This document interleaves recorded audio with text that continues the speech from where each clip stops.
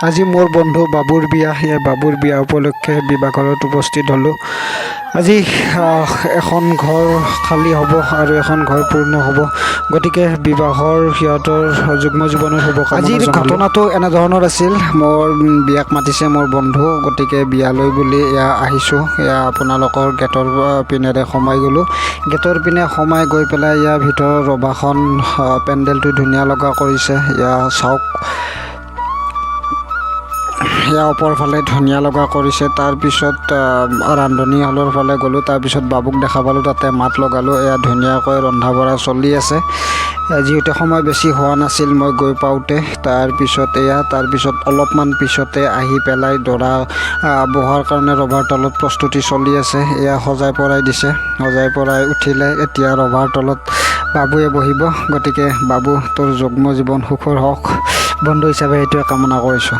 তাৰপিছত অলপ পিছত আহি পেলাই খাব লৈছোঁ। মই যিহেতু অলপ সোনকাল গ'লোঁ, ফাৰ্ষ্ট বেটছতে খালোঁ। তাৰপিছত খাই লৈ উঠি ৰভাৰ তলত লাহে লাহে মানুহ অহা আৰম্ভ হৈছে। বাবুৱে অলপ দুৰ্বল অনুভৱ কৰি আছিলে, যিহেতু টোপনি কম হৈছে, একো খোৱা নাই, গতিকে ORS এটা খালে।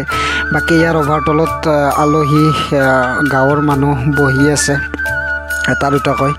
তাৰপিছত মানুহ আহিলে অলপকৈ, এতিয়া মানুহ অলপ বেছিয়ে হ'ল। আকৌ ধুনীয়া ছোৱালী এটা ধুনীয়া ফটো মাৰি দিলে, তাইলৈ থেংক ইউ, লগতে কংগ্ৰেচুলেশ্যন থাকিল বাবুটোলৈ। বাবুৱে হাঁহি মুখে ধুনীয়াকৈ মানুহখিনিক ৰিচিপশ্যন কৰি আছে, মাত কথা লগাই আছে। এনেদৰে চাওঁতে এতিয়া গধূলি হ'ল। তাৰপিছত সাজি কাচি কইনা ঘৰত যাবলৈ সাজি কাচি গাঁৱৰ মানুহ আহিলে, আলহীখিনি সাজি কাচি ওলালে, ময়ো ৰেডি হৈছোঁ। তাৰপিছত মুন্নাটোক লগ পালে। মুন্নাটোৰ হেনো বৰ দুখত, সি বোলে বিয়াত বোমা মাৰিব নাপায়, সেইটো কাৰণে তাৰ বৰ দুখ মোক ক'লে। তাৰপিছত গাড়ী সজোৱা ঠাইখিনিলৈ গ'লোঁ, গাড়ীখন ৰেডি কৰিলে। ধুনীয়াকৈ কইনা অনা গাড়ীখন ধুনীয়া কৰিলে, তাৰপিছত সজাই পৰাই ল'লে। তাৰপিছত এতিয়া কইনা আনিব যাম, যিহেতু সখী বাবুৰ লগত ছাতি ধৰা বাবু ছাতি ধৰিব, মানে সখী হৈ যাব। ভিনদেউ আছে বাবুৰ। তাৰপিছত তেনেকৈ লাহে লাহে ওলালোঁ, কইনা আনিম বুলি ওলালোঁ।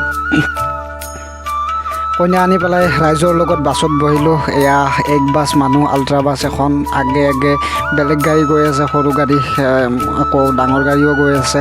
তাৰপিছত গৈ কইনা ঘৰ পালোঁ। কইনাহঁতৰো পেণ্ডেলটো ধুনীয়া কৰিছে, চাওক ওপৰ ফালে। তাৰপিছত বাবুৱে ধুনীয়াকৈ বহি আছে আৰু যিখিনি নিয়ম কানুন আছে সেইখিনি কৰিলে। নিকাহ হৈ গ'ল। নিকাহ হৈ যোৱাৰ পিছত এতিয়া বিদায় দিয়া মুহূৰ্তত আজি এখন ঘৰ খালী হৈ যাব, বাপেকৰ বুকু সোধা হৈ যাব। তো উপায় নাই, বিবাহ সেইটো আল্লাহ ভগৱানৰে নিয়ম। গতিকে এনেদৰে কইনাৰ গাড়ীত উঠিলে। কইনাৰ গাড়ীত উঠোৱাৰ পিছত লাহেকৈ এতিয়া বাবুৰ ঘৰলৈ বুলি চবকেইটাই